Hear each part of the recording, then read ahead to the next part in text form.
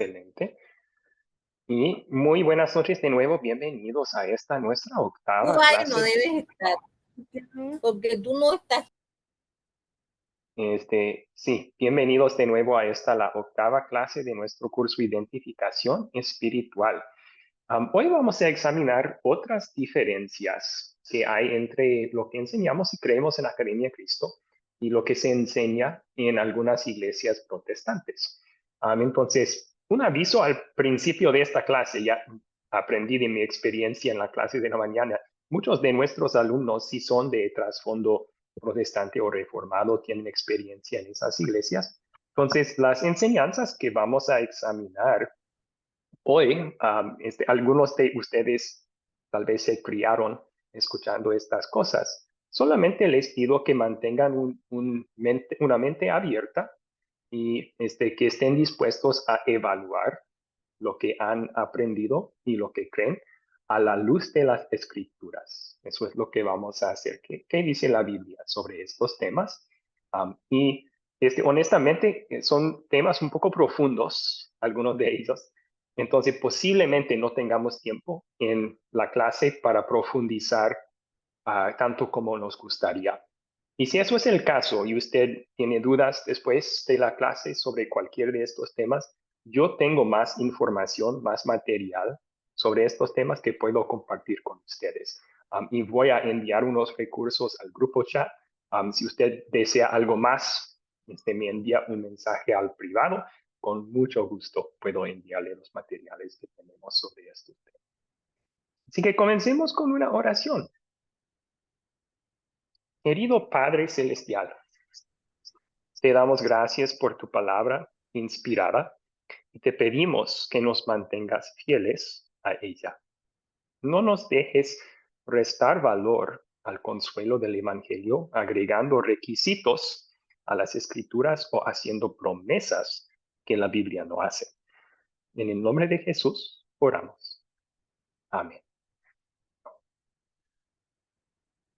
Muy bien. Entonces, tenemos para nuestro tiempo juntos 3 objetivos esta noche. Vamos a comparar lo que la Biblia, las iglesias protestantes y la iglesia luterana enseñan sobre, primero el diezmo, luego sobre la prosperidad y luego sobre la siguiente venida de Jesús. Ok. Entonces comencemos con las preguntas de repaso que les pasé en el grupo chat de WhatsApp. Les pedí que prepararan respuestas a base de lo que vieron en el video. Entonces, ¿pueden ayudarnos a contestar estas preguntas? La primera fue la siguiente. Según el video, algunas iglesias protestantes, y siempre vamos a colocar algunas porque hay mucha variedad en esa tercera categoría. Hay muchas denominaciones diferentes y no todas comparten las mismas enseñanzas. Entonces, según el video, algunas iglesias protestantes exigen cosas que la Biblia no exige. ¿Pueden recordar ejemplos?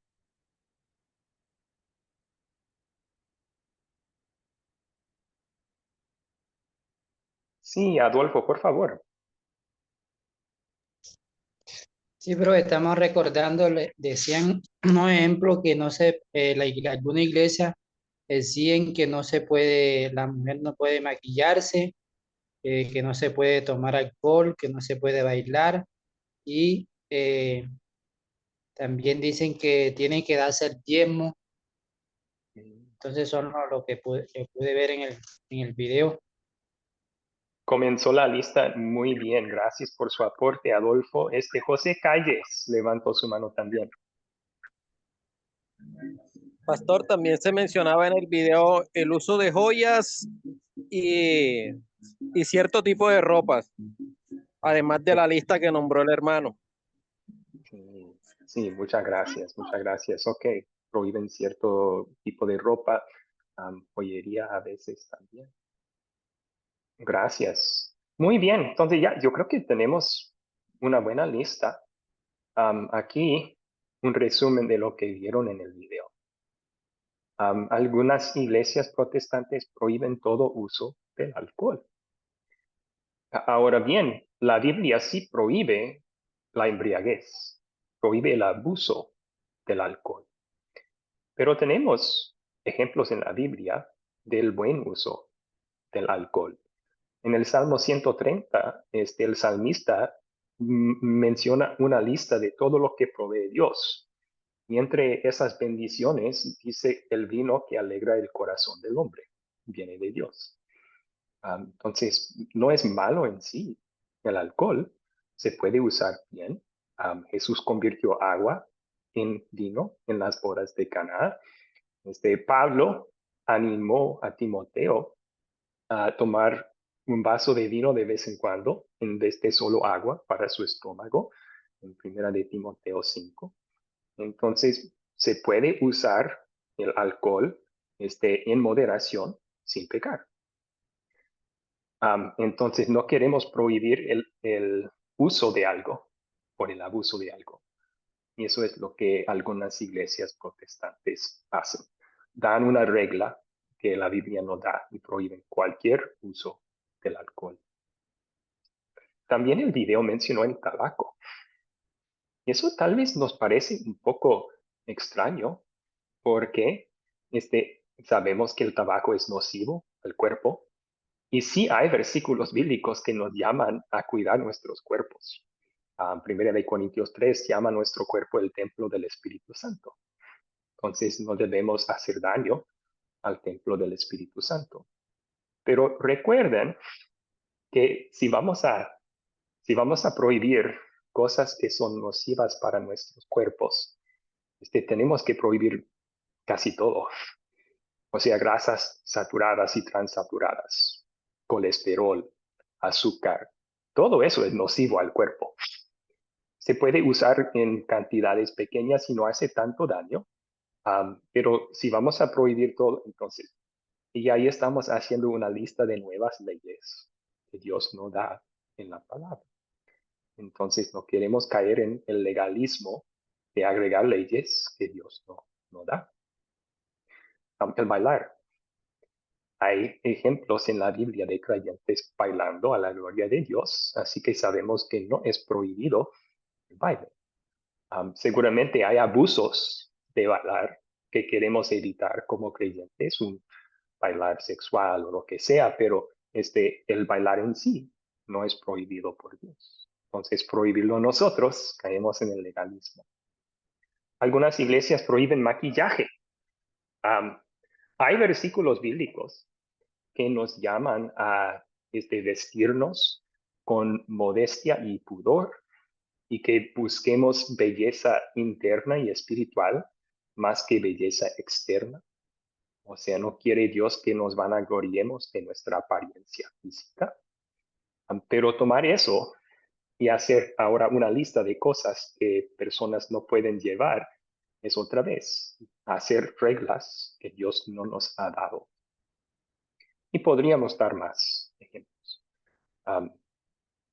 También mencionamos unas exigencias que hacen en ciertas iglesias protestantes que en la iglesia luterana no creemos que seamos bíblicos.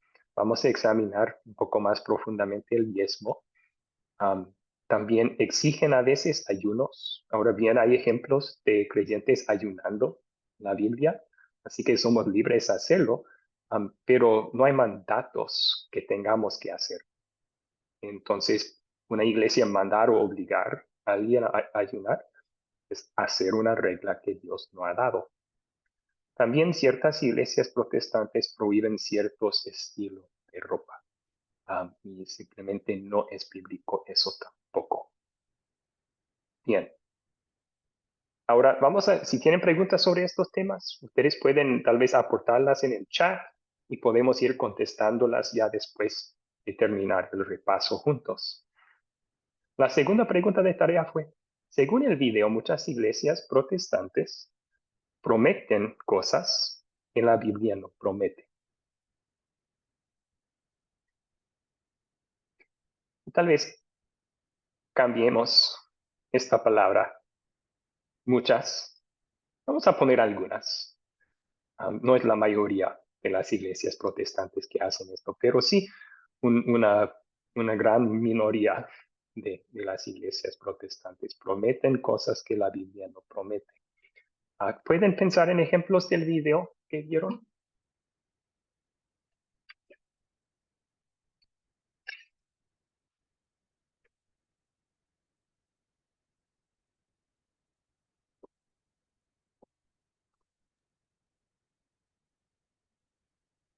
Neile levantó su mano. Por favor, Neile, buenas noches. Buenas noches, pastor. ¿Cómo están? ¿Cómo están todos los hermanos? Por ejemplo, en la iglesia cristiana, bueno, hay algunas iglesias protestantes que yo he visto en donde hacen lo que llaman las primicias y lo hacen todos los años, es algo como obligado y de paso allí hablan de que, bueno, si tú colaboras en las primicias, haces algo bastante grande, pues así serás bendecido. Mientras más aportes, más des, más colabores, pues la bendición de Dios ese año va a ser mucho más grande. Eso creo que es una de las promesas que se hacen que no va en contra, pues, creo yo. Ok. Sí, gracias por dar ese ejemplo. Entonces prometen prosperidad a cambio de alguna ofrenda, ¿verdad? Hay un versículo bíblico en el Nuevo Testamento donde Pablo, hablando de ofrendar, dice: el que poco siembra, poco cosecha. Y sí dice que Dios es rico y hay generoso para bendecirnos cuando somos generosos con Él en nuestro ofrendar, pero no promete bendiciones físicas, no promete prosperidad económica allí. Lo deja general, ¿verdad? Y es para mostrar que Dios es generoso con nosotros. Entonces, en algunas iglesias, sí, básicamente dicen o implican que Dios va a duplicar tu dinero por ti, como si fuera inversionista, una ofrenda, ¿verdad? Ok, gracias por el ejemplo. Nair levantó su mano. ¿Otros ejemplos de prometer lo que la Biblia no, según el video? Sí, la oración por sanidad, y si uno no se cura de la enfermedad que tiene porque no tiene fe suficiente, entonces eso también, y muchas veces los testimonios que hablan de grandes milagros pueden confundir también.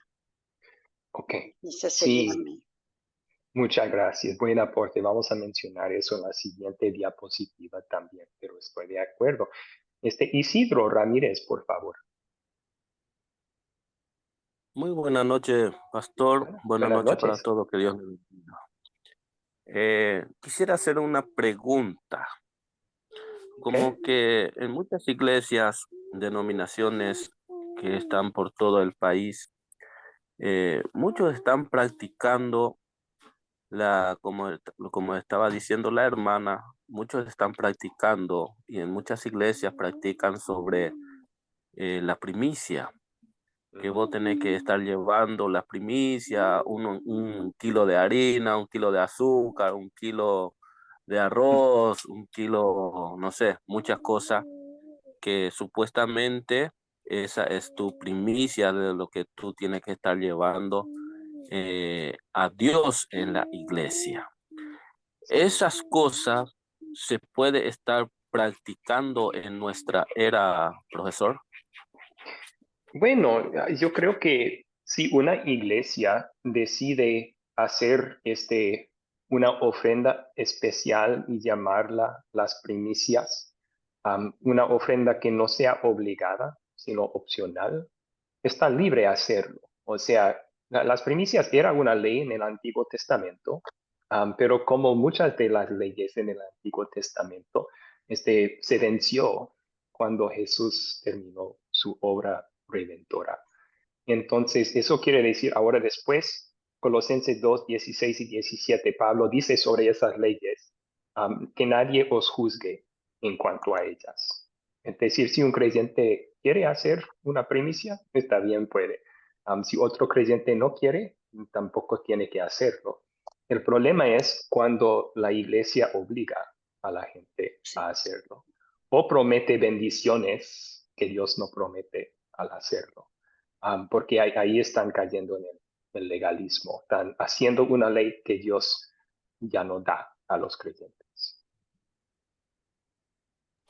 Sí, exactamente, porque hay iglesias que están obligando a hacer esa cosa. Por ejemplo, yo conozco iglesias que están haciendo esa cosa. Bueno, si vos no llevas las primicias, 1 kilo de harina, 1 kilo de arroz, 1 kilo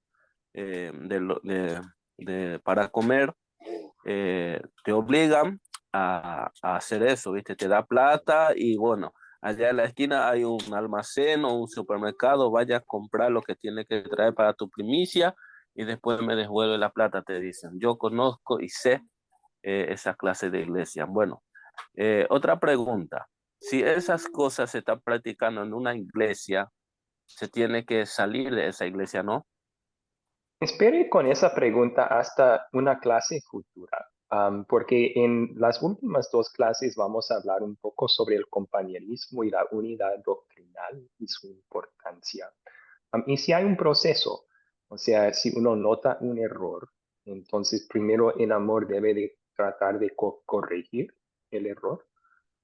Y a final de cuentas, si esa iglesia rechaza corrección, insisten en su doctrina falsa, entonces sí Dios nos llama a separarnos de ellos, por amor a ellos, para hacerles ver que están mal, también por amor a Dios y también por nuestro propio cuidado espiritual. Pero vamos a examinar ese tema más en detalle en una clase futura, ¿ok? Exactamente. Muchísimas gracias. Sí, porque yo estoy viendo en el video que hay que apartarnos de esa clase para no estar contaminándonos con esa clase de doctrina. Gracias, profesor. Gracias a usted, Isidro, gracias. Continuemos entonces unos ejemplos de lo que prometen en algunas iglesias, no todas, algunas iglesias protestantes, aunque creemos en la Academia de Cristo, no son bíblicos. Entonces, bendiciones financieras, a veces a cambio de ofrendas. Tú vas a multiplicar tu dinero, o por obediencia, Dios te va a hacer más rico, Dios te va a dar éxito en tu negocio, en tu trabajo. Eso va con la siguiente: felicidad y éxito en esta vida. Lo más que te vas acercando a Dios, lo mejor que te va a ir en el trabajo, en el matrimonio, etc. Sanidades milagrosas, si uno tiene suficiente fe. Estos serían ejemplos de promesas o sea, si hay ejemplos de milagros y Dios puede todavía sanar milagrosamente. Nadie duda eso. Dios es todopoderoso. Y podemos orar que lo haga. Está bien hacer eso. Pero prometer que Dios lo va a hacer es prometer algo que Dios no ha prometido en su palabra. Y puede causar una gran decepción cuando la supuesta promesa no se realiza. Bueno, entonces la última pregunta fue, según el video, ¿cuáles son las principales diferencias entre la iglesia luterana y las protestantes sobre el regreso de Cristo? Eso sí que no lo sé.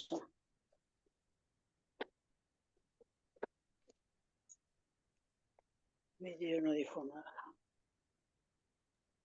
Pastor, yo estoy como la hermana, tampoco sé las diferencias. Ok, a lo mejor no apareció en el video, entonces algunas de estas preguntas de repaso fueron escritos para los nuevos videos que estamos en el proceso de desarrollar para este curso. Entonces, perdón si fuera eso el caso, perdón. Adolfo levantó su mano. ¿Cuál es su respuesta aquí? Bueno, profesor, en realidad sí, en el video no se menciona de eso, pero sí he escuchado y he podido leer de que algunas iglesias creen que la venida del Señor ocurrirá antes que venga la gran tribulación, que se menciona, ¿verdad? Y otros creen que la venida del Señor vendrá después de esa tribulación, y otros creen que vendrá en la mitad de la tribulación. Entonces son Okay. las ideas que escucho de las iglesias. Sí, yo creo que esas, Adolfo, serían 3 variaciones de lo que comúnmente se enseña en algunas iglesias protestantes. pero que no se enseña ninguna de las tres variaciones en la Academia Cristo. Pero sí, eso muestra que hay mucha variedad de enseñanza en cuanto a esto. Vamos a escuchar de José también. José Calles, por favor. Pastor, yo también he escuchado hablar de algo sobre que llaman el milenio, que Cristo va a llegar y va a vivir nuevamente en la tierra durante un milenio, algo parecido así. Ok. Sí, gracias, gracias. Entonces, Adolfo y José están mencionando las diferencias aquí. En la iglesia luterana, creemos que la Biblia solo enseña que Cristo vendrá de nuevo una sola vez más y que esa venida va a ser en el último día con gran gloria, visible a todos, para resucitar a los muertos y juzgar al mundo y dar vida eterna a los que creen en él, y enviar al infierno a los que no creen en él. Entonces, en la iglesia luterana creemos que la Biblia enseña que eso todo va a suceder en el último día. La diferencia es que en la iglesia, en algunas iglesias protestantes, no todas, enseñan que habrá más que una siguiente venida de Jesús. Entre 2 y 3, dependiendo de la versión que escucha uno en estas iglesias protestantes. Ellos dicen que la siguiente venida de él va a ser un arrebatamiento secreto. Luego también va a haber un reino de 1000 años sobre la tierra. También incluyen ahí una gran tribulación de un cierto tiempo. Y luego, al final de todo eso, será el día de juicio. Y en Academia Cristo no creemos que eso sea bíblico. Y vamos a examinar unos versículos bíblicos que nos enseñan por qué. Ok. Bien, entonces, vamos a pasar al cuerpo de la clase, pero antes de hacerlo, ¿alguna pregunta? Y guarden sus preguntas sobre el diezmo, el rapto, y ¿cuál era el otro? Y la prosperidad. Sí, el rapto, el diezmo, la prosperidad. No vamos a tomar preguntas sobre esos temas porque los vamos a estudiar en unos momentos, pero cualquier otra pregunta sobre las preguntas de repaso con mucho gusto. Entonces, Neile, por favor, levantó su mano. Pastor, es una pregunta sobre el tema de la resurrección. Las personas que han sido cremadas, ¿tiene eso alguna incidencia en la resurrección o no? Bueno, la Biblia dice que Cristo va a resucitar a todos los muertos, creyentes e incrédulos. Entonces, para Cristo, quien es todopoderoso, es igual de fácil resucitar a un muerto enterrado que lo es un cuerpo quemado, que lo es un cuerpo que ya se hizo polvo completamente. Él todo puede hacer. Entonces van a resucitar esos cuerpos también. La única razón por la cual uno sería pecaminoso quemar el cuerpo sería si lo hace por falta de fe. Si dice, no, esta resurrección, yo no creo en eso, entonces que me quemen. Bueno, eso sería malo, pero por una falta de fe, ¿verdad? Por ser incrédulo. El acto mismo no es malo. Yo conozco a creyentes que han sido cremados así y serán resucitados por Cristo en el último. Gracias por la pregunta. ¿Sí? Nair, por favor. Bueno, yo tengo sobre el arrebatamiento, más o menos lo que dijo el hermano antes, medios y después lo que más conozco. Pero usted pone que él vendrá una sola vez y eso también. En el último día, ¿es después de las 7 trompetas que va a venir el Señor o cuando ya se termine el mundo realmente, vamos a decirlo así? Porque dice en el último día, pero no lo especifica, no lo entiendo muy bien. Sí, el último día de la historia de este mundo pecaminoso. O sea, el día de juicio. El día de juicio. Sí, vamos a estudiar esto un poco más. No tenemos tiempo hoy para profundizar en el estudio de Apocalipsis, pero hay una diferencia también entre cómo interpretamos el libro de Apocalipsis en la iglesia luterana y cómo se suele interpretar en algunas iglesias protestantes. Si alguien tiene interés en Apocalipsis, me envía un mensaje a mi WhatsApp privado y yo puedo Bastante complicado. yo tengo libros y estudios bíblicos sobre Apocalipsis que ustedes puedo compartir. ¿Y el milenio en la tierra, eso lo vamos a hacer ahora o va a ser más adelante? Vamos a ver. Porque se creen muchas veces que va a venir Jesús a gobernar a la tierra, pero según la Biblia muchas veces dice que la Jerusalén nueva está en los cielos, no está en la tierra. Bueno, Es como que hay una contradicción entre uno y otro. Sí, vamos a tocar muy poco el tema del milenio. Solo citar unos versículos que muestran que no es bíblico. No va a haber un reino terrenal de Cristo. Pero sí, para decir la Nueva Jerusalén está en el cielo, la Nueva Jerusalén no es una ciudad, es personas. En Apocalipsis la llama la Nueva Jerusalén la esposa del Cordero. Entonces estamos hablando de creyentes, ¿verdad? Pero eso sería dentro del Apocalipsis y usted, si quiere, puede pedir materiales sobre ese libro y se los envío. ¿Okay? Muchas gracias. Gracias a usted. Una última pregunta y continuamos. Abdón, por favor.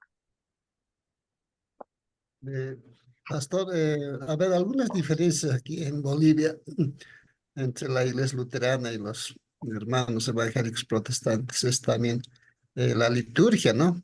La liturgia de las lecturas, y en cambio otras no lo hacen. Eh, ¿Qué comentario haría sobre eso, pastor? Porque es una diferencia que se nota a las claras aquí, especialmente en el Alto, aquí en Bolivia. Sí, gracias. Y en otros cursos, especialmente en Discipulado 2, ustedes van a profundizar sobre eso.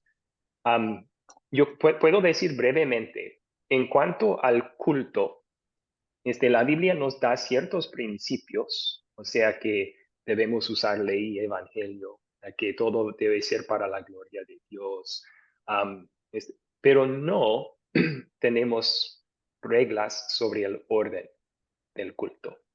Estamos hablando ahí de adiáfora, que significa que no es mandado ni prohibido por Dios en su palabra. Así que una iglesia es libre, tomando en cuenta lo que va a ser de mejor provecho para sus miembros y invitados también, puede determinar qué orden de servicio van a utilizar, orden de culto van a utilizar.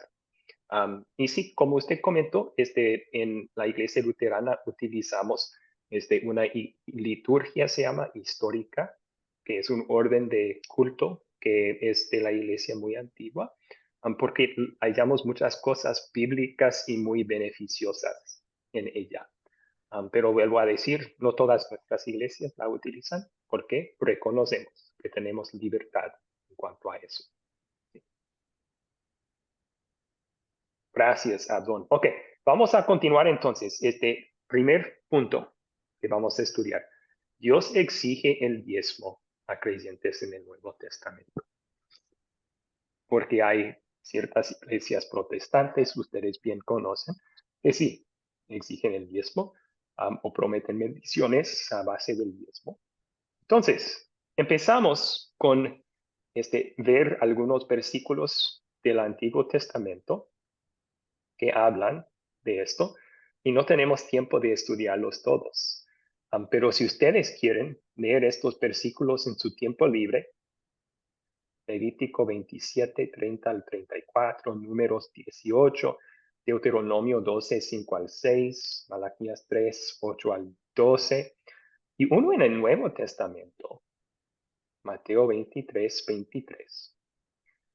En todos estos versículos se afirma que los israelitas deben ofrendar un diezmo, una décima parte de sus ingresos. Entonces, todos estos dirigen la palabra a Israel. Eso es importante. Y otra nota importante es, se dirige la palabra a Israel antes de terminar Jesús su obra redentora. Eso es importante porque ellos, hasta que Jesús terminara su obra redentora, estaban bajo la ley de Sinaí. Y todos estos versículos son parte de la ley de Sinaí. Entonces los judíos, sí, eran ordenados por Dios a diezmar antes de que Jesús terminó su obra salvadora. Ahora, la pregunta es, si estos mandatos fueron dados a Israel bajo el pacto de Sinaí, ¿aplican a nosotros hoy en día o no? Porque hay ciertos mandamientos que fueron dados en Sinaí, no matarás, que siguen vigentes hoy. Entonces, ¿cómo podemos saber cuáles sí y cuáles no son vigentes? Y ahí buscamos en el Nuevo Testamento. Y si Jesús y los apóstoles afirman que una ley sigue vigente, sigue vigente. Si no hablan de esa ley, o más bien indican que no es vigente, no es vigente. Así que, ¿qué hallamos cuando nosotros buscamos en el Nuevo Testamento? ¿Qué dice Dios sobre ofrendar? Nos exige diezmar en el Nuevo Testamento para creyentes de toda época y de toda raza. La respuesta es no. Más bien, cuando Pablo escribe de ofrendas, él dice que cada uno puede proponer en su propio corazón lo que va a ofrendar. No con tristeza ni por necesidad. Esto es por obligación. Ni por obligación. Dios no obliga esto. Ya. Más bien motivados por el Evangelio. Dios quiere que demos nuestras ofrendas con generosidad por amor a Dios y en alegría que nos ha salvado de nuestros pecados. Entonces, ¿exige Dios 10% para el creyente en el Nuevo Testamento? Nosotros creemos que no, a base de este versículo, que es uno de los que dicen que podemos decidir ahora lo que vamos a dar nuestros corazones para ofrendas. También hallamos estas palabras de Pablo que son consejos y unos principios sobre el ofrendar. Noten otra vez aquí, tampoco son estos mandatos para nuestro ofrendar. Él está hablando no a nosotros aquí, está hablando a los corintios sobre una ofrenda especial que ellos iban a dar. Pero sí hay algunos principios aquí que aplican a nuestro ofrendar porque son repetidos en otras partes de la Biblia. Un principio sería, él les animaba a apartar su ofrenda el primer día de la semana. Eso tiene sentido porque queremos poner Dios primero en todo, ¿verdad? Entonces, si yo tomo mi cheque y gasto todo en lo que necesito y lo que quiero, y luego los centavitos que sobran son lo que yo doy de mi ofrenda a Dios, ¿qué muestra eso sobre mi relación con Dios? No le estoy amando sobre todas las cosas. Pablo dice, pueden amar a Dios sobre todas las cosas y confiar en Él con apartar su ofrenda al principio de la semana. Pero otra vez, fíjense, no menciona la cantidad. Cada uno de vosotros ponga aparte algo según haya prosperado. Es decir, si alguien prosperó más en la semana, que ponga más aparte. Si alguien prosperó menos, que ponga menos aparte. Sí, es bíblico ofrendar un porcentaje de los ingresos, pero si tiene que ser 10%, no, eso no es una obligación para creyentes en el Nuevo Testamento. Bueno, ya viendo esto, lo que la Biblia dice sobre el ofrendar en el Nuevo Testamento en particular, tenemos dos citas para comparar. Esta es una cita de una iglesia adventista y muestra lo que es su posición en cuanto al diezmo. Dice Dios, pues, como soberano del universo, se reservó para sí el diezmo y lo estableció como un acuerdo. Trae todos los diezmos al alfolí. El deber es el deber y debe cumplirse por esa misma razón. Un descuido. Ahí está en el papel. Pero para que ahora te hagan, tengo que decir. Ella me dijo para el lunes, pero ahí en el papel está lo mismo. A mí se me olvidó que para que el día. Favor de guardar en mudo los micrófonos de todos. Gracias. Eso ayuda a tener una clase sin distracciones. Dicen, un descuido, una postergación de este deber provocará el desagrado divino. Entonces, un poco fuerte, pero he escuchado esto de otras iglesias protestantes también, no solamente de ellos. Fíjense bien, dice que esto es universal, que para siempre Dios reserva para sí el diezmo. También hablan de esto como un deber. Tú tienes que hacerlo y si no, vas a sufrir este desagrado divino. Dios va a estar enojado contigo.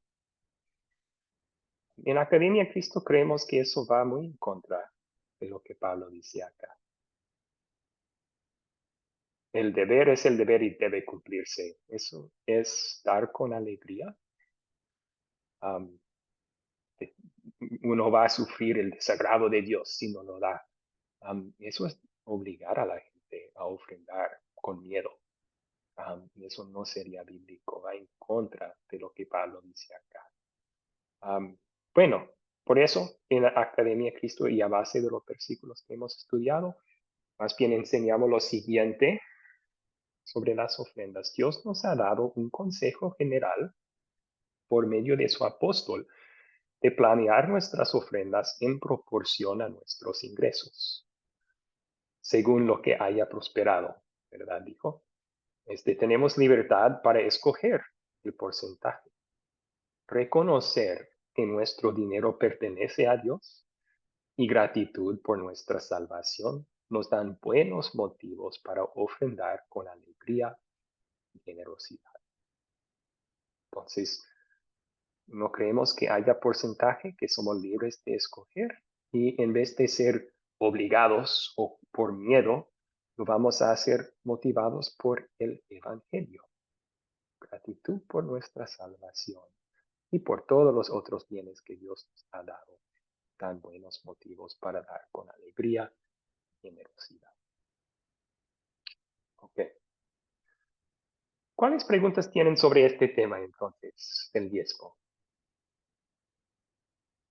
Aquí un resumen de la diferencia entre la iglesia luterana y algunas iglesias protestantes en cuanto a eso. ¿Cuáles dudas tienen sobre esto?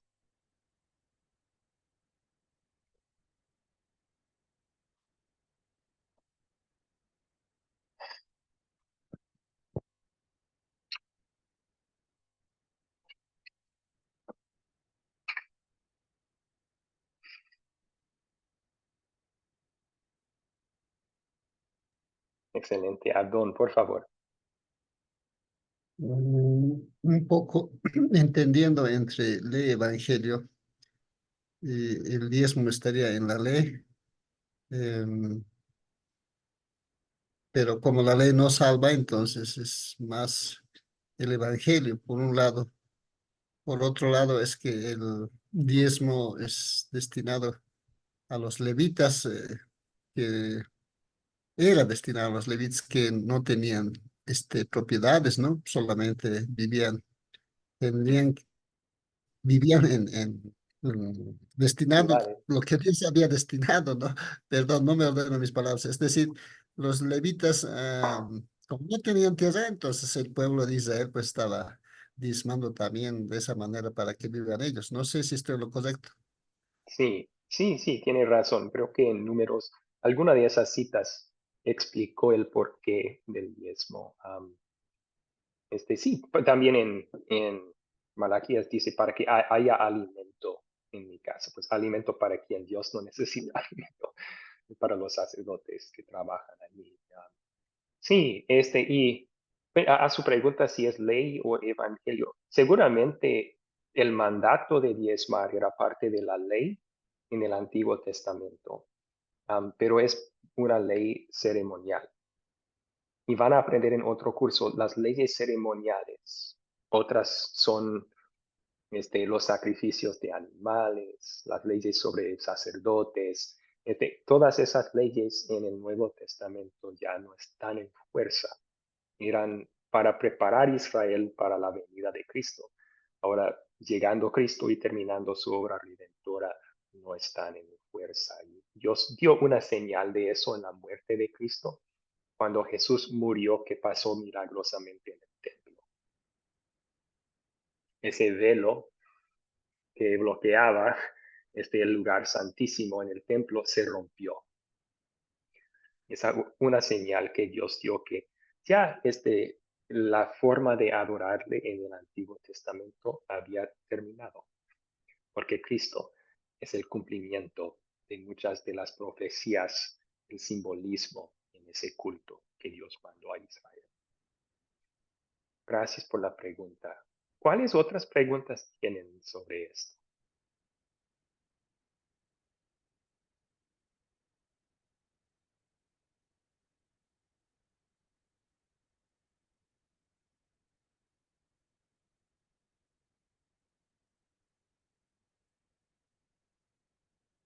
Bien.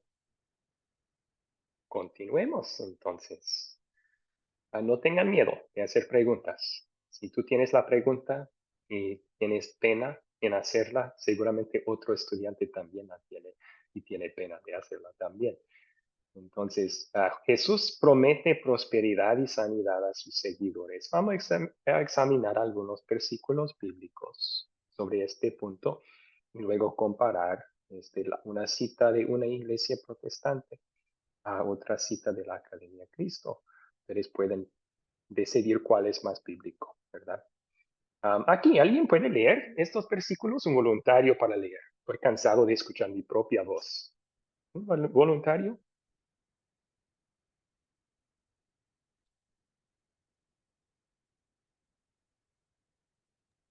Sí, yo lo leo. Por favor, Adón, Eh, gracias. Pero gran ganancia es la piedad acompañada de contentamiento, porque nada hemos traído a este mundo. Y sin duda, nada podremos sacar. Así que, teniendo sustento y abrigo, estemos contentos con esto. Porque lo que quieren es que se caen en tentación y lazo y en muchas codicias necias y dañosas que hunden a los hombres en destrucción y perdición. 1 Timoteo 6, 6 al 8. Excelente. Entonces, Dios quiere que todos seamos ricos y prósperos. Pablo no indica eso aquí.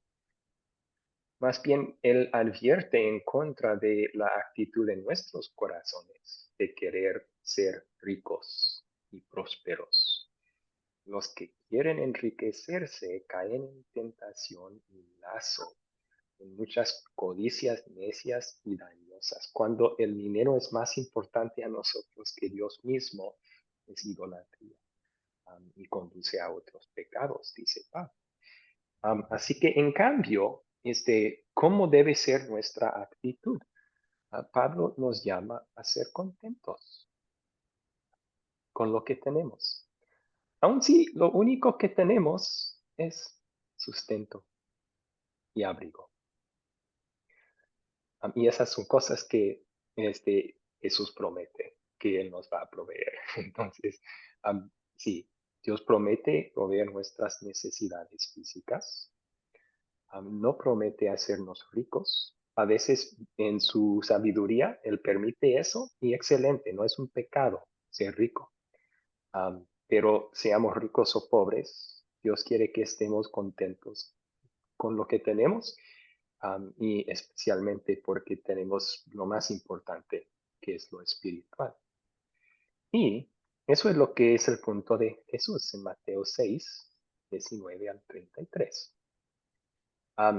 Ahí Jesús habla otra vez de comida y de ropa.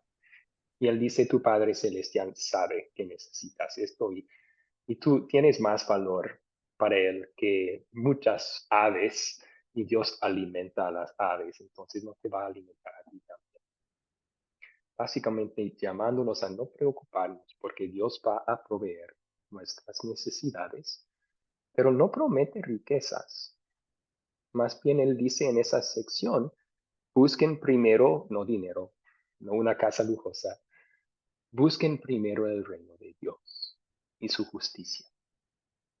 Busquen las bendiciones espirituales, busquen crecer en su fe, escuchar más la palabra de Dios.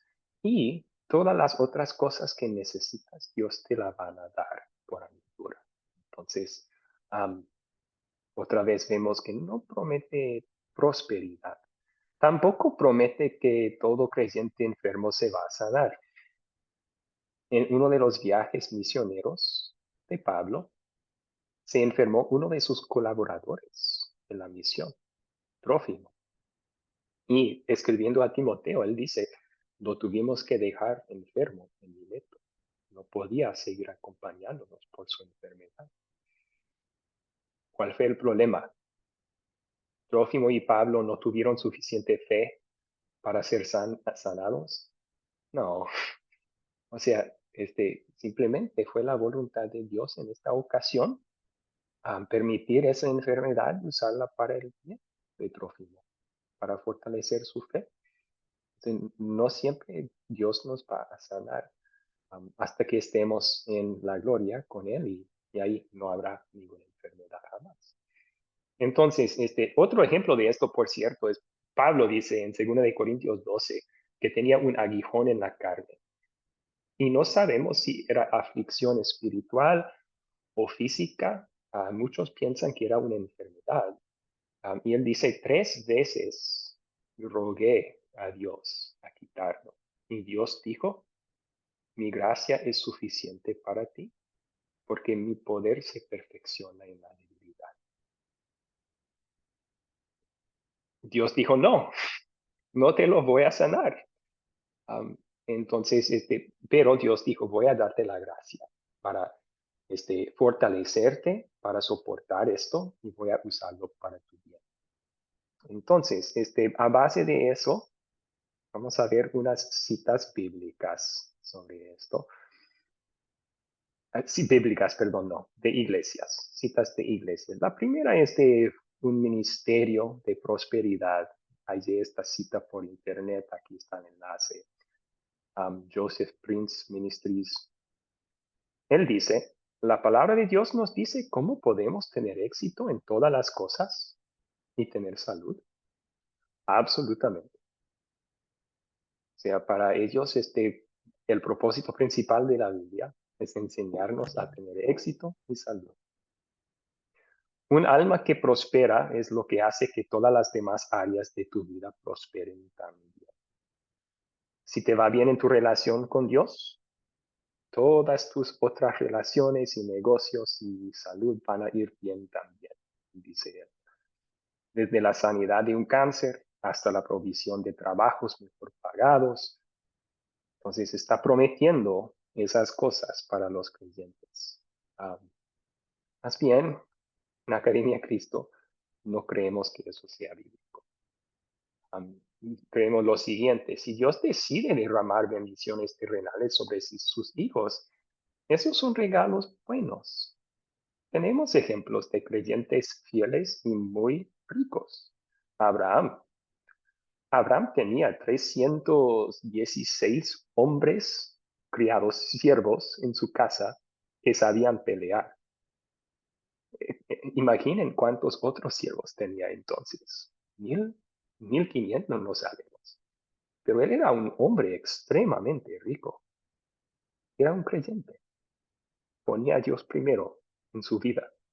Era generoso con su riqueza. Tenemos ejemplos de eso en la Biblia, donde no es malo ser rico. Tampoco es malo trabajar para prosperar. Está bien. Pero a final de cuentas, la decisión es de Dios. Y dejemos en sus manos eso. También sabemos que bendiciones espirituales son mucho más importantes que las terrenales. Nada trajimos a este mundo y nada vamos a traer cuando salimos del mundo tampoco, Pablo dice. Entonces, ¿qué es lo más importante? Lo que dura para siempre, lo que tenemos en Cristo, nuestra relación con Dios. Contentamiento con las bendiciones terrenales de Dios, las que Él decide dar, es lo que necesitamos aprender. Realmente estar contentos. Bien, entonces aquí un resumen de las diferencias. Si ustedes en el proyecto final ven una cita como esta, si uno cree suficiente, tendrá prosperidad. Ya saben, es una cita que comúnmente se escucha en algunas iglesias protestantes. Si pueden indicar eso en esa parte del proyecto. Okay. ¿Cuáles preguntas tienen sobre este tema?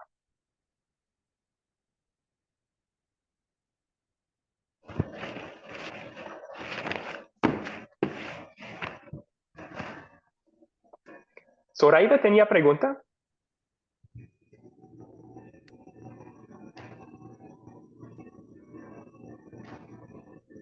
Tal vez no. Se activó su micrófono, pero bueno, Adolfo, por favor, Adolfo, ¿cuál es su pregunta? Bueno, profesor, quería preguntarle sobre cuando uno, bueno, te estaba diciendo ahí en Mateo que el Señor nos dice que Él sabe ya de qué cosa tenemos necesidad, de verdad, que antes que nosotros le pidamos a Él, ya Él sabe.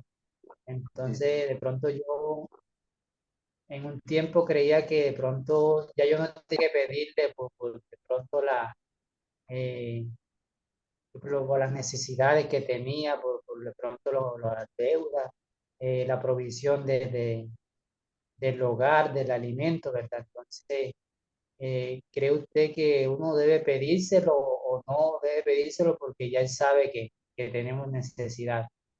¿Qué opina usted de ese tema? Sí, yo creo que el punto de Jesús en Mateo 6, cuando él dice eso en el contexto, es no preocuparse. Entonces, es confiar. Así que no está diciendo no deben orar por eso. Está diciendo confíen, no se preocupen que Dios lo va a hacer. Pero luego en ese mismo capítulo también, un poco antes, perdón, Él nos enseñó el Padre nuestro y una petición es el pan nuestro de cada día. Dánoslo hoy. Ahí estamos diciendo, Dios, dame lo que necesito. Y a mí y a todos los otros creyentes, danos lo que necesitamos para el día de hoy, para vivir. Entonces sí, es bíblico hacer peticiones para esas cosas, pero las hacemos o tratamos de hacerlas no preocupadas y angustiadas que Dios no nos va a proveer. Más bien confiando que Dios nos va a escuchar la oración y nos va a dar lo que necesitamos. Ok, bueno, muchas gracias, pastor, por Gracias la por la aclaración. pregunta. Muy bien, excelente. Don, por favor, ¿cuál es su pregunta? Eh, no sé si estoy entendiendo bien. Parece que la prosperidad es una mezcla de la ley evangelio, como que la ley fuese una buena noticia y pues el evangelio será el complemento para tener mucha satisfacción, bienes materiales y que Dios nos está bendiciendo. Pero estamos aprendiendo que no es algo así. No sé si estoy bien. Sí, yo entiendo lo que está diciendo, creo, porque yo lo describiría así, Abdón, es un evangelio falso primero, porque son promesas de buenas noticias que Dios no da en su palabra. Dios no promete hacer a todo creyente rico y próspero en todo. Entonces, es un evangelio falso, pero depende de obras de la ley, porque casi siempre hay una condición. Tú tienes que hacer algo para sacar esas bendiciones de Dios. Entonces, en ese sentido, sí es como una mezcla de evangelio falso con ley. Sí, bueno, gracias. Y van a aprender más sobre esto en el curso legalismo también. una clase entera sobre la prosperidad. José Calles levantó su mano, por favor. Profe, Zoraida, en un minuto vamos a tomar su pregunta. José Calles acaba de levantar su mano, entonces vamos a escuchar de él y luego escuchamos su aporte también, ¿ok? No, es que precisamente no tengo el icono, no sé qué pasa, en mi teléfono salieron un montón de iconos, pero el que normalmente sale para levantar la manito no me ha salido, no sé qué pasa hoy. Bueno, Ok. Bueno, entonces sí, escuchemos la pregunta de, perdón, José Calles y luego de Zoraida. José, por favor. Sí, pastor. La doctrina de la prosperidad es propia de las iglesias protestantes o la podemos encontrar en cualquier iglesia.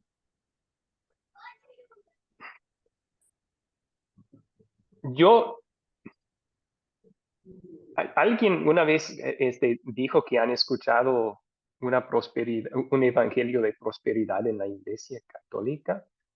Eso me fue muy extraño. Yo en escuchar mensajes católicos, leer escritos católicos, ellos más bien alaban la pobreza como si fuera una bendición. Y eso es caer en otro error, pero hasta leí un tratado de un fray paraguayo, un sacerdote paraguayo, que estaba condenando a los ricos y corruptos de este país por su riqueza y su corrupción también. Entonces, no creo que haya mucho de esto en la Iglesia Católica, pero puede existir en cierta parroquia u otra. En la Iglesia Luterana, no. Y aún en las denominaciones luteranas que ya no son fieles a la palabra, no he encontrado esto, aunque puede haber alguna iglesia que está cayendo en el error también. Entonces, es más propio de las iglesias protestantes, mucho más que en iglesias luteranas y católicas, pero puede existir ahí sin que sepa yo. Ok, gracias, pastor. Gracias a usted por la pregunta. Nair, por favor. Nair, ¿cuál es su pregunta? Mi pregunta en realidad, primero quiero aclarar algo, que no todas las iglesias evangélicas son de prosperidad. Hay un grupo bastante grande que ellos tienen sus mansiones, sus cosas, bueno. Pero mi pregunta no va en la prosperidad, sino en la sanidad. A ver si yo lo entendí bien.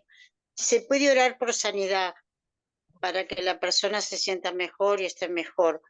Pero no se debe prometer sanidad, porque eso depende de Dios, no de uno. Exactamente. ¿Es así? ¿Es correcto? Exactamente. Entonces, si yo tengo un ser querido con cáncer, yo voy a estar orando todos los días, Dios, sane a mi ser querido, por favor. Pero voy a poner en cada oración si es tu voluntad. Haz lo que quieras, Dios, con mi ser querido, porque siempre será lo mejor para él. Profesor, yo no puedo cerrar el micrófono, me pasa algo parecido que a Zoraida. No Qué me sale. extraño, qué extraño. Ok, no se preocupe, le voy a cerrar. ¿Puede abrir su micrófono? Sí, abrirlo puedo, pero cerrarlo no. Le voy a cerrar entonces y ahora sí, estamos bien, gracias, gracias. Zoraida, ¿cuál era su pregunta, por favor?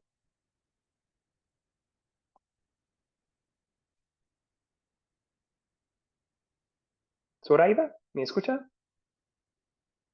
¿aló? ¿Cuál es su Sí, pregunta? Sí. no es una pregunta, es un comentario sobre el tema que se está tratando.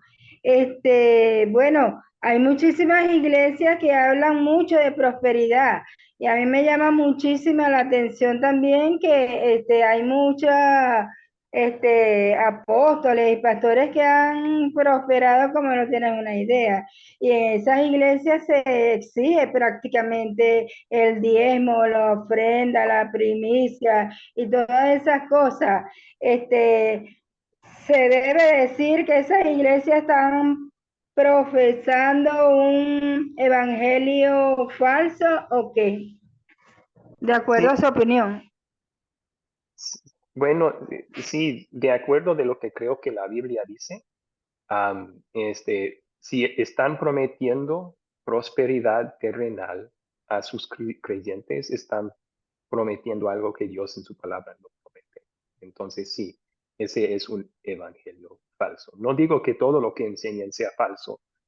Puede haber otras cosas que enseñen bien, pero en ese punto, sí, están errando. Sí, es que se empeñan verdaderamente, es más, dicen que la palabra dice que le están robando el dinero a Dios si no se hace, si no se dan los diezmos y las ofrendas y todas esas cosas.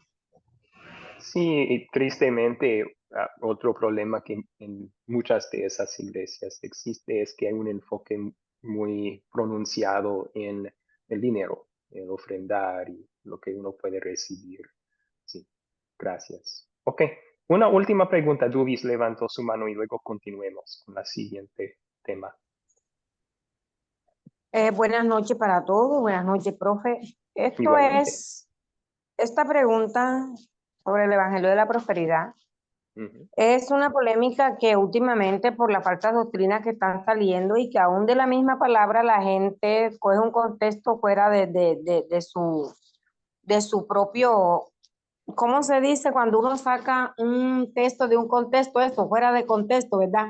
Ujú. Entonces, ya la misma palabra nos enseña sobre de las personas que son apóstatas, de los que están viniendo y están sacando de la palabra de Dios un contexto fuera de sí para sus propios beneficios. Pero la palabra enseña que se hay que diezmar. Aún el Señor dice ya en Mateo 23, dice, diezmáis la menta, pero puedes hacerlo sin dejar hacer lo otro.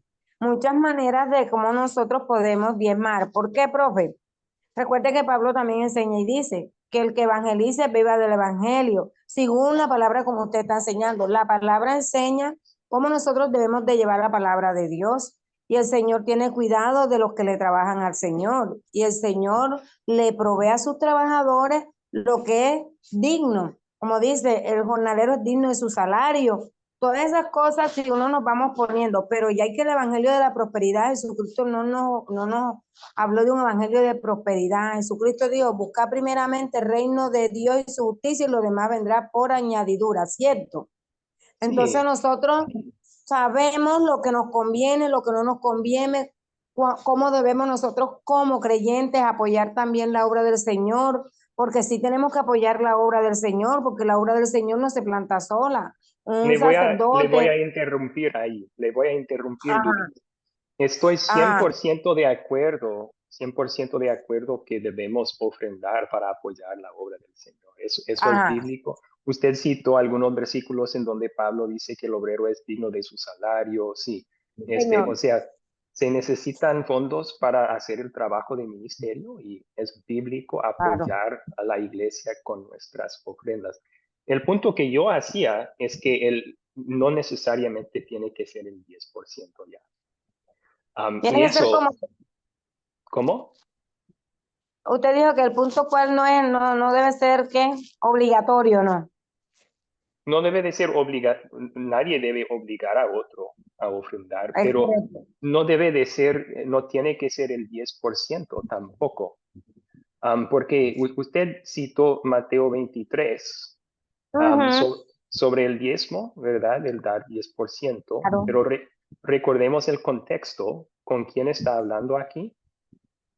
A Con los los escribas. fariseos, Y ellos escribas y eran fariseos. Exactamente, ellos eran israelitas y cuando Ujú. lo dijo antes o después de terminar su obra salvadora. Lo dijo antes, Ok, se acaba en su obra salvadora. entonces ellos sí debían diezmar, dar el 10%. Era parte del pacto de Sinaí, igual que los otros sacrificios de animales, todo eso, la celebración de la Pascua, todo eso ellos debían cumplir. Pero ahora cuando pasamos a lo Ah, demás del Nuevo Testamento, ya no hallamos esta repetición, no hay después de la repetición. muerte, después de la muerte del Señor. A usted nos Exactamente. está enseñando es después de la muerte del Señor. Después de la muerte del Señor, después de terminar su obra redentora. Ahora le tengo una pregunta a usted. ¿Cuándo dijo el Señor, cuando dijo en su palabra de que, ay Dios mío, que el Señor dice a sus discípulos, o sea, Él le enseña a sus discípulos donde dice que Él no vino a abolir la ley, sino a que se cumpliera? ¿Eso fue antes de que Él muriera o después que? Antes. Esto fue Mateo Antes. capítulo 5. Sí, antes de que Él muriera dijo eso, que Él no vino a abolir la ley, sino que la ley se cumpliera. Entonces, profe, esto es serio, profe, porque a nosotros, según lo que hemos aprendido y seguimos aprendiendo, la Biblia no se contradice, ¿verdad? La Biblia, ella misma se habla solitas. Entonces, si eso fue antes de Cristo, después que Cristo murió, que resucitó, cambian las cosas ahí, porque el Señor, también Él dice, Pablo, yo no sé si eso fue antes o después, cuando dice, ve por el pescado y trae y paga tu tributo, es tuyo y es mío. Eso fue antes también. Yo creo que estamos saliendo un poco del tema. Estamos hablando ahora de la ley ceremonial, ley civil y todo eso. Entonces, tenemos que continuar tenemos un último tema que tocar que es bastante largo. Entonces, puede Bueno, escribir. después usted no eso yo, porque esto es intenso, porque una cosa es cuando Cristo estaba y otra cosa es cuando después que muere, o sea, en el Nuevo Testamento también habla y dice que él era sombra de lo que era, entonces usted nos va a explicar esa parte. Sí, Que sí, o la- sea, y van a aprender también en otros cursos que la ley que Dios dio en el monte Sinaí tenía aspectos ceremoniales y civiles que eran para Israel y solo antes de terminar Jesús su obra salvadora. Sí, Señor, qué maravilloso, profe, sí, porque a veces nosotros nos sentimos como culpables de pronto en ciertas cosas y nos dicen, si no haces esto, esto está malo y te va a venir maldición y te va a venir ruina, te va a venir esto, te va a venir lo otro y le estás robando al Señor. Ajá, porque nos dan los contextos esto que le estamos diciendo, profe, pero ahora que usted nos está diciendo que esto, antes de que Cristo muriera, porque vino a cumplir la ley, ¿verdad? Todo se cumplió antes de que Cristo hiciera su obra salvadora, sí es cierto, ¿verdad? Sí, profe. Sí, sí, y ahí cuando dijo que no vino a abolir la ley, sino cumplirla en el sentido de ser su cumplimiento y su fin. O sea, la ley de Sinaí tenía un propósito de guardar Israel como nación hasta que Dios pudiera enviar a Cristo entre ellos y él hiciera Bueno, su obra salvadora. Entonces, me gusta mucho esto y me dejó picante en este sistema, que hay palabras que son solamente para el pueblo de Israel. Entonces, ¿cómo hace uno cuando a uno le están dando una palabra que ya fue dicha solamente para el pueblo de Israel, pero que ahora la están utilizando para esta nueva generación de los gentiles? ¿Cómo hace uno ahí? uno lo estudia y lo interpreta en el contexto de la Biblia entera. Entonces, si Dios lo dice a Israel, yo tengo la pregunta, ¿me aplica a mí también? Y si la Biblia en su contexto entero, incluyendo el Nuevo Testamento, lo aplica a mí también, entonces sí me aplica a mí también, puedo tomarlo al corazón. Tenemos que continuar. Gracias por las excelentes preguntas, Tubis, pero tenemos que continuar y vamos a hacer eso. A ver, un momento. Ok.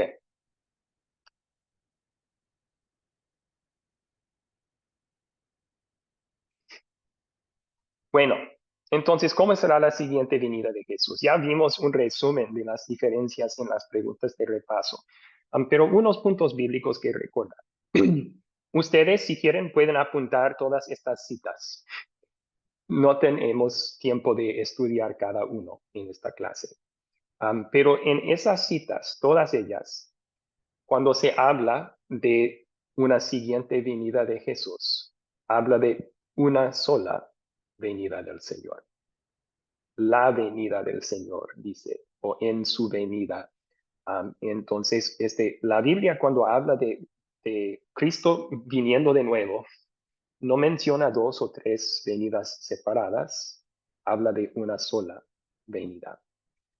También dice que esa venida será visible a todos. En Hechos capítulo 1, versículo 11, hablando con los discípulos, los ángeles, después de la ascensión de Cristo, ellos dijeron, ¿por qué se queda mirando al cielo? Este mismo Jesús que ascendió al cielo descenderá de la misma forma. Ascendió de forma visible, descenderá de forma visible. Eso lo cuenta también Apocalipsis, dice Rev, no es inglés, perdón, Apocalipsis 1:7. Apocalipsis 1:7 dice que todo ojo lo verá hasta los que lo traspasaron. Entonces, habla de una sola venida de Cristo, nos explica que va a ser una venida visible para todos, tanto creyentes como incrédulos. Estos son algunos de los versículos que se suelen citar para enseñar un rapto secreto, un tiempo antes del día de juicio. Y en Academia Cristo creemos que no describe ese, que más bien describe lo que va a suceder en el mismo último día de juicio. Pero ¿alguien puede leer estos versículos, por favor? Primera de Tesalonicenses 4, 16 al 17.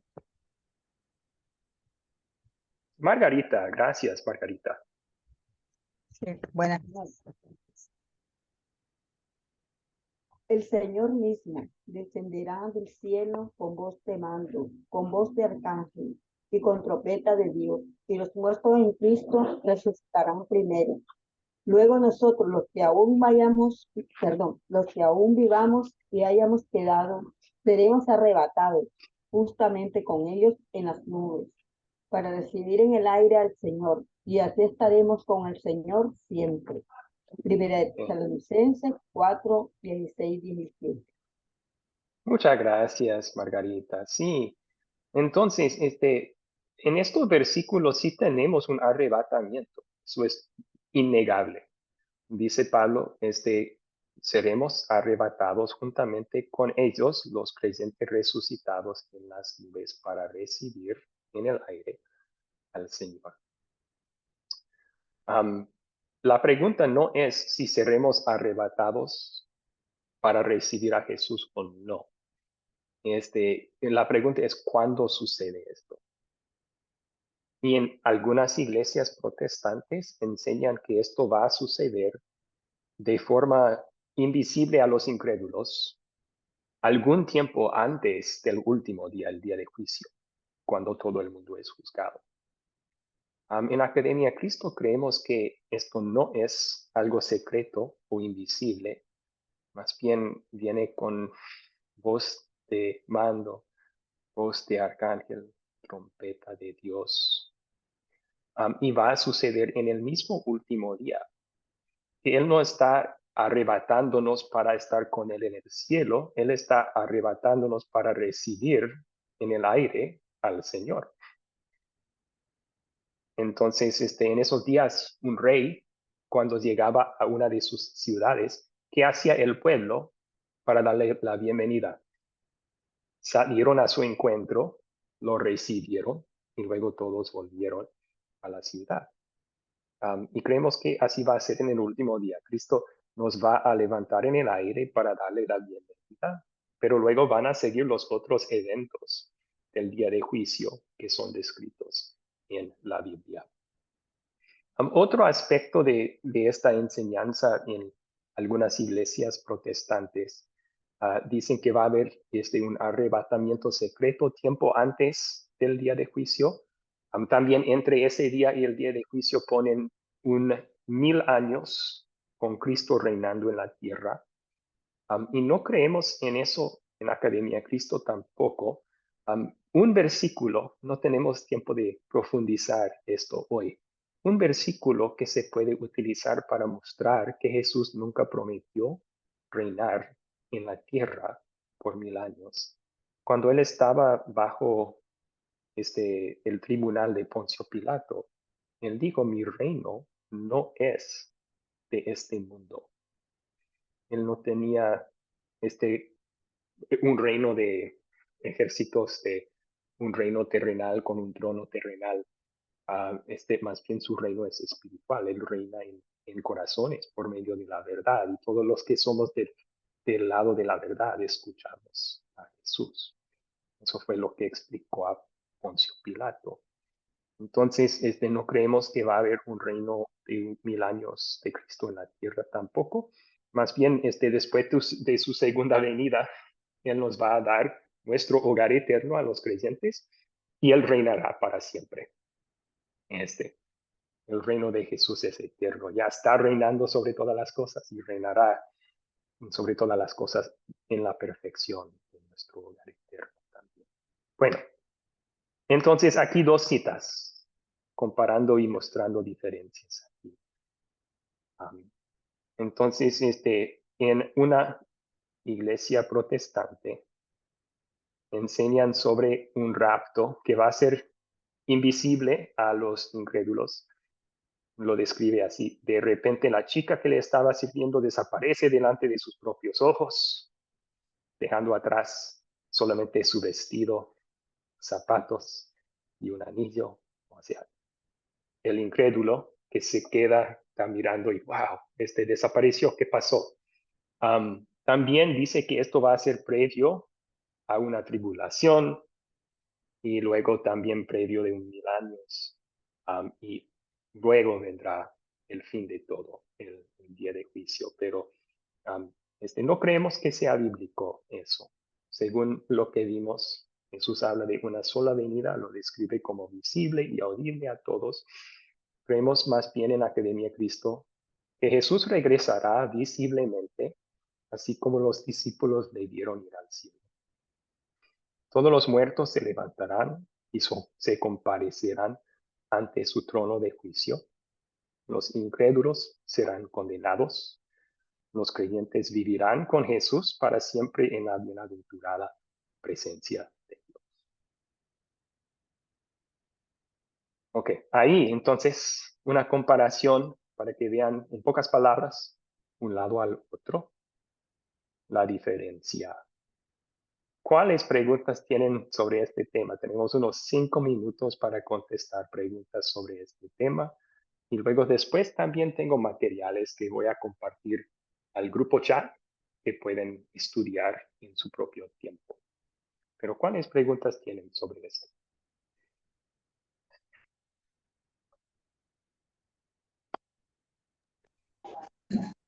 Sí, Adolfo, por favor. Profesor, ¿qué puede decir usted sobre lo que cuando dice que Él vendrá en un abrir y cerrar de ojos? Por eso me parece que eso será secreto porque nadie se dará cuenta en ese momento, que no escuchan la trompeta. Entonces algunos se justifican en que dice en una parte de la Biblia que será como un pestañeo. No sé qué puede decir usted sobre esa enseñanza. Sí, el contexto de esas palabras en un abrir y cerrar de ojos, Pablo dice que vamos a ser cambiados en un abrir y cerrar de los ojos. No todos vamos a morir, pero todos seremos cambiados en abrir y cerrar de los ojos. Si no me equivoco, son esas palabras de 1 Corintios 15. Entonces, sí, cuando Cristo viene va a ser repentino. Eso lo consta la Biblia, ¿verdad? Va a ser repentino. De repente está aquí.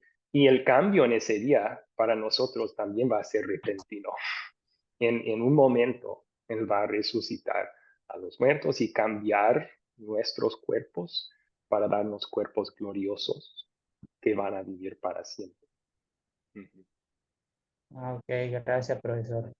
Ok, gracias por la pregunta. ¿Cuáles otras preguntas tienen?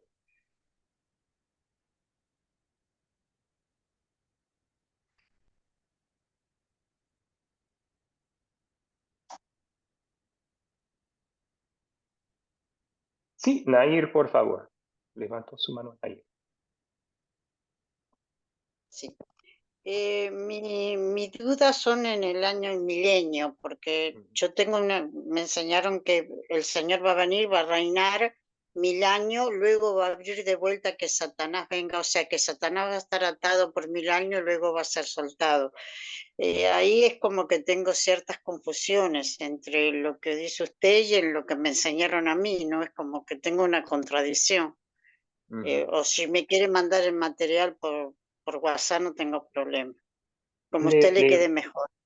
Sí, un material que voy a compartir con todo el grupo, usted lo puede estudiar. Pero el único lugar en la Biblia donde habla de un reino de 1000 años es en Apocalipsis 20. Y en Apocalipsis 20 es una visión y hay simbolismo, porque habla de Satanás como dragón y que una cadena lo va a encadenar. Sabemos que Satanás no es una criatura física, es un espíritu, es un demonio, ¿verdad? Una cadena física no le puede atrapar. Entonces está hablando por medio de simbolismo, comunicando verdades espirituales. Entonces nosotros entendemos que esos 1000 años no van a ser 1000 años físicos, está hablando de un lapso de tiempo, una actividad que va a ocurrir durante ese tiempo. Pero en esos versículos tampoco dice que Cristo reinará por 1000 años. Habla de creyentes que mueren por su fe, que reinarán con Cristo ese tiempo. Entonces, el reino de Cristo es eterno. Pero creyentes van a vivir después de morir y reinar con Cristo. Entonces, sí, para profundizar en eso tenemos poco tiempo ahora, pero les voy a pasar un material y pueden leerlo. Y si siguen con dudas, me avisan, me envían un mensaje a mi WhatsApp privado, con mucho gusto les voy explicando. Muy bien, Dubis, por favor, Dubis. Ciérreme el micrófono, pastor. Gracias, Nayersi. Profe, bueno, mi pregunta es esto. Jesús viene por segunda vez, ¿verdad? Dice que el Señor viene y todos le recibiremos.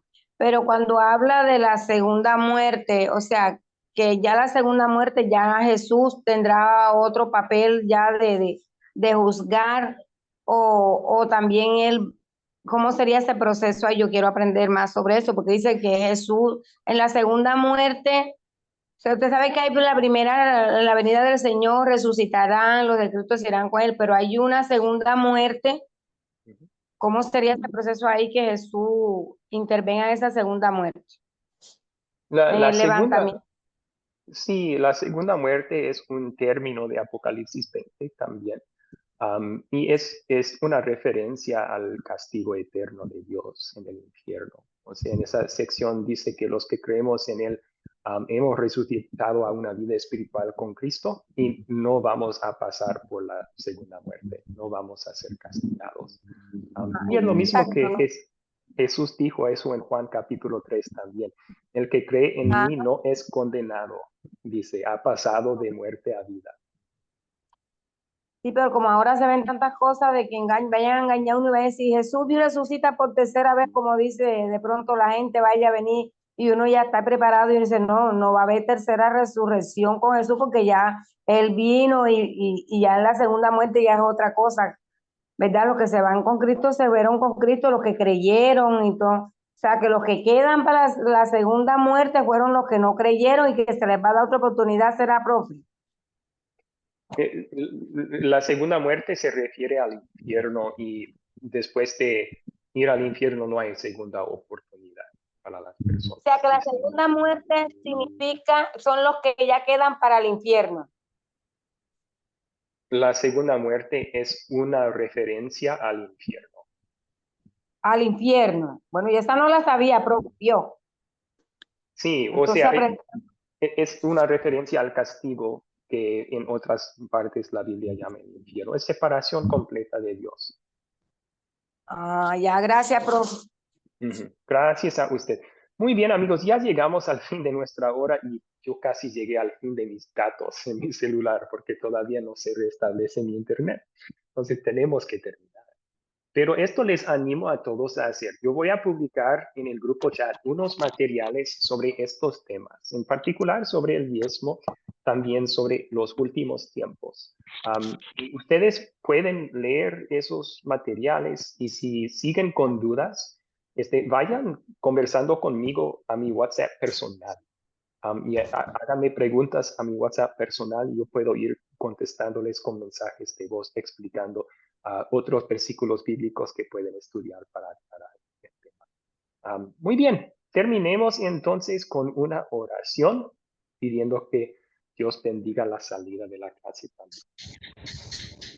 Señor Jesucristo, te damos gracias que hemos podido estudiar juntos tu palabra esta noche. Pedimos que bendigas a cada estudiante que está en la aula y que ha estado en la aula escuchando tu voz en la Biblia, a que utilice lo que hemos aprendido para fortalecer nuestra fe, para darnos consuelo, que tú eres nuestro Salvador y no tenemos que temer el juicio, porque ya nos salvaste de eso.